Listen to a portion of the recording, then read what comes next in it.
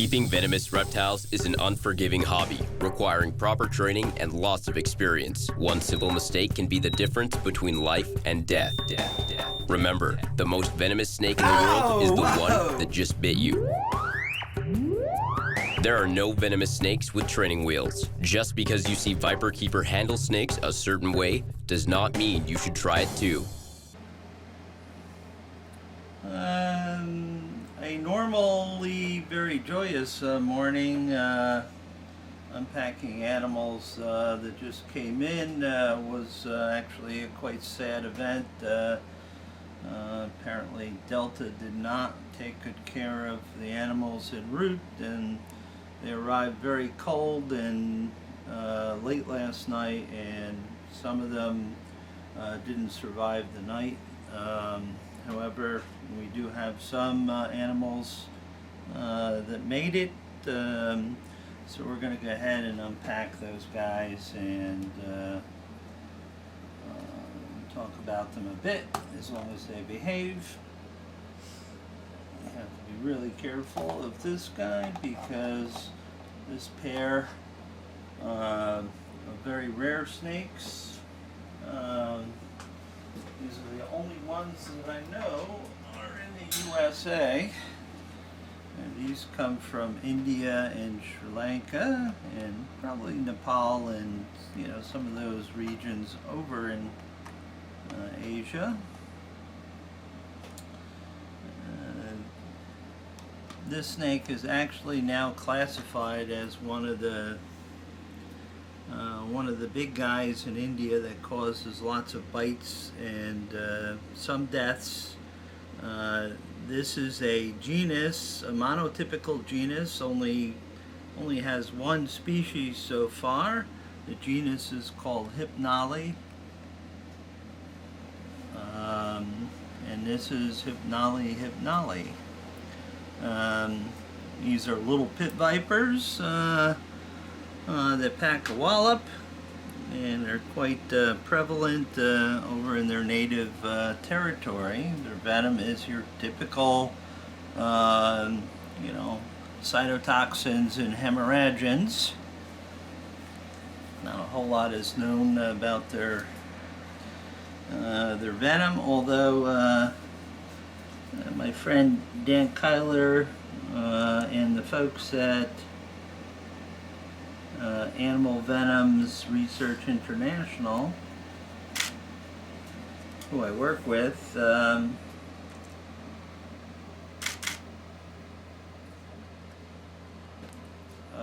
have produced an anti-venom for them, which is Sri Lankan specific.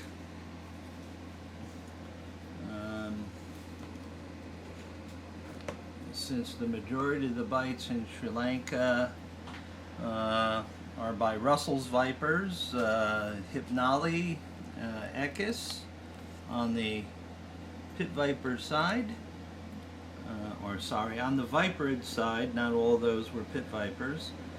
On the elapid side, we have crates and Sri Lankan cobras, Naya, the Sri Lankan variety that do all the biting there.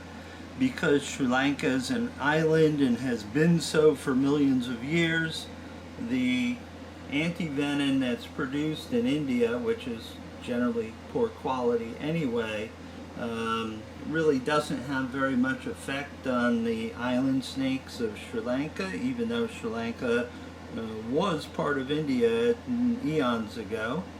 So the Sri Lankan government and some folks at Animal Venoms Research International have produced a polyspecific antivenom for those snakes that are found on that island, and it's quite effective and in production and available. It's made at the labs at Clora Picado in Costa Rica, one of the premier anti-venom research institutes and companies on the planet.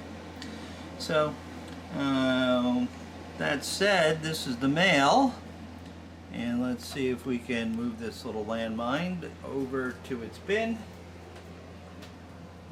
Yes, you can go in there and you can hang out and get accustomed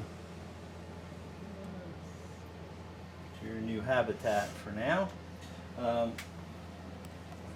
Just placing the animal in there is like, ooh, have to be really careful to locate that snake on it because it blends with the background very well. This is the female. Only, generally speaking, females have a bad attitude, so we'll be careful with this, of course.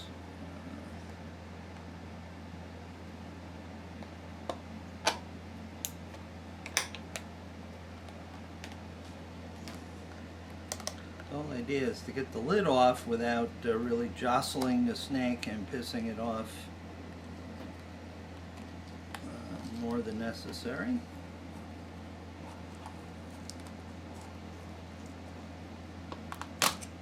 Yes, okay, we got right into firing position when the lid popped off and it startled it. You can see there's, I don't know, I haven't seen it, enough of these to say the color difference is a sexual dimorphic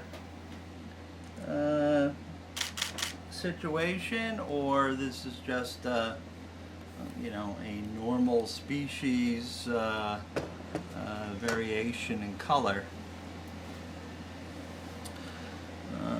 But she's quite lovely, and of course means business, and since we've talked about the species in general, we will try to get her, I know, I'm touching you, get her into a bin. And as with the male, she blends quite nicely, so we will have to be very careful when we open that. Only open it, use a hook, so we don't have them accidentally hanging off our fingertips. And of course, Elvis is watching with great interest. Yes, Elvis's cage is quite dirty. He needs to come out so I can clean it. That may be a task for later today. Okay, some additional arrivals are these wild-caught female squams. I'm going to specifically was looking for females because I have a whole bunch of males and very few females that are unrelated to the males that I already have. So the whole idea was to add some breed stock. I don't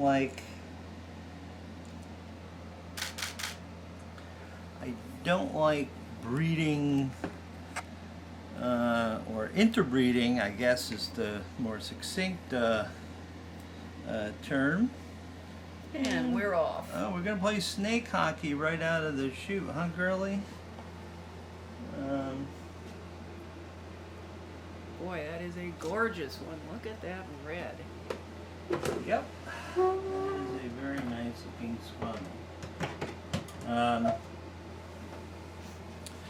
So yeah, I don't like interbreeding, and the females that I have available for the most part are related to some of the males that I have. So I wanted to bring in some fresh blood. I'm sort of paring down the collection to species I really want to work with, and we want smaller, more compact snakes right now in the collection, not gigantic monster snakes that are unruly like the toad behind me.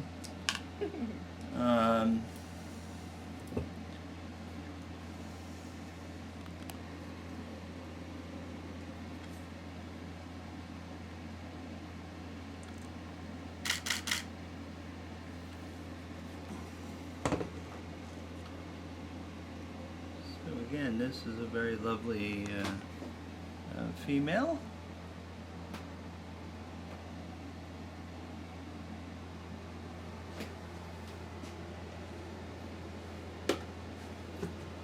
Now let's not get off to a bad start and get your head caught in the drawer here, which usually happens.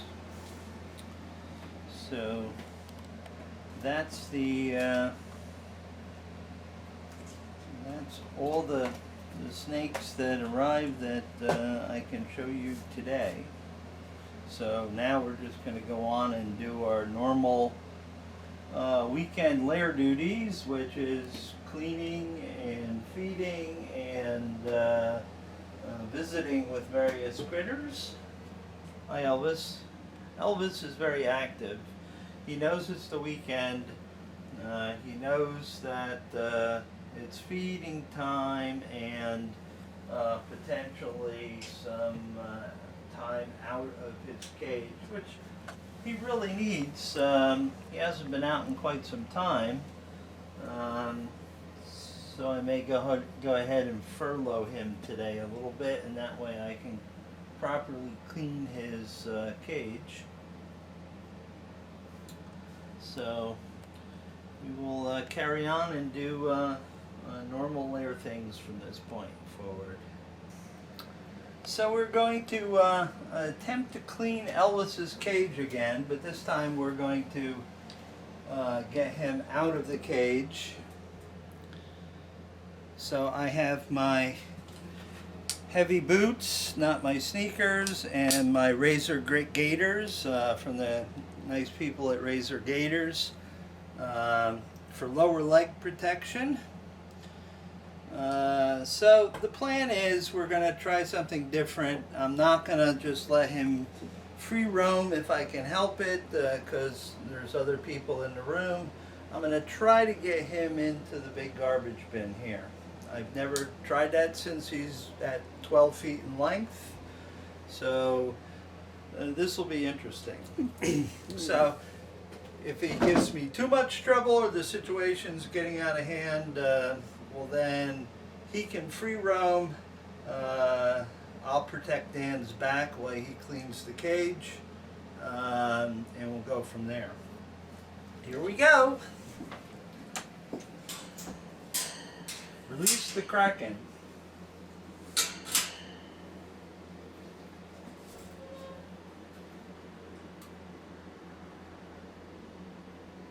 Yeah, I should probably install some sort of bar to hold it open rather than have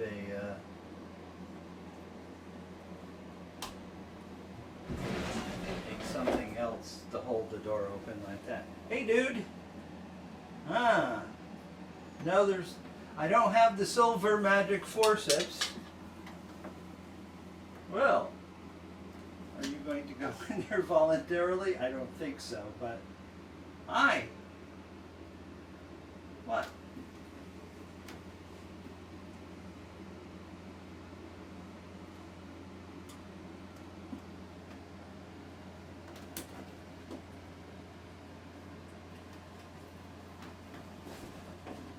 No. He probably smells. Okay, so now this is where he gets difficult. Come on. Let's try this.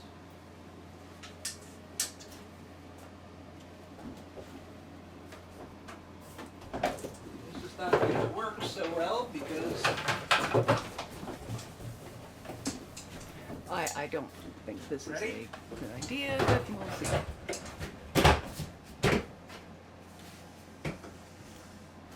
You need to put something really heavy on top like of that. my ass.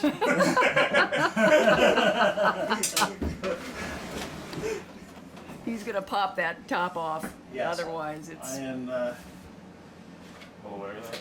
Yes, I can feel him pushing out. Now, he doesn't normally go into, Is that full? Because you can put the water container on top. That'll They are help. full. Put those on. yeah, just grab the bucket with the water. And There we go. that may contain the Kraken.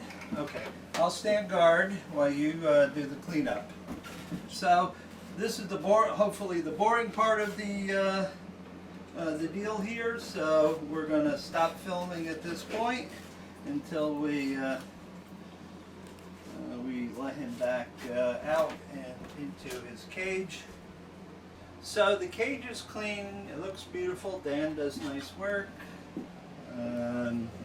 It was something that we spot cleaned when Elvis would permit his servants to enter this chamber, but it really sort of needed an overhaul, and today was the day of living dangerously. We already cleaned Mr. Boomslang's cage, and we cut back his log there because he was burning himself on the light. Yes, he's a dumbass. And he's really pissed now. Yes, he's really quite cranky. So, and this afternoon we have the yellow phase Bothrops Atrox pogo sticks with venom to bag up, and we're going to a zoo where they can be appreciated. So, with that said, we'll now release the Kraken. Okay, so we're ready to put Mr. Elvis back into his cage after we made an editorial edit along the way. So let's see what sort of trouble he wants to give us.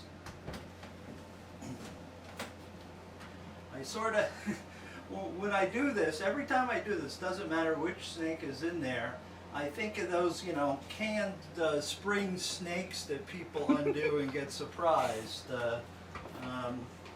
However, this is a rather big, difficult surprise. Come on, bud. Oh, I know you're very cranky now, huh? Boy, I can hear that hiss from over here. Come on. There you go. Cooperate. Cooperate. There you go. There you go. I'm sorry. I'm sorry. This was not the adventure that you had planned for today. He's quite cranky. Hopefully this doesn't upset him, so he regurges his rat from yesterday. I don't think it will, but there's always that potential. So much for the adventures of Elvis cage cleaning. He has a clean water dish and clean water. And of course he's running around now tasting everything because it doesn't taste familiar anymore. Yes, one of his first actions will have a poo. In this way it makes the cage his own. Damn it, where's those blue sneakers?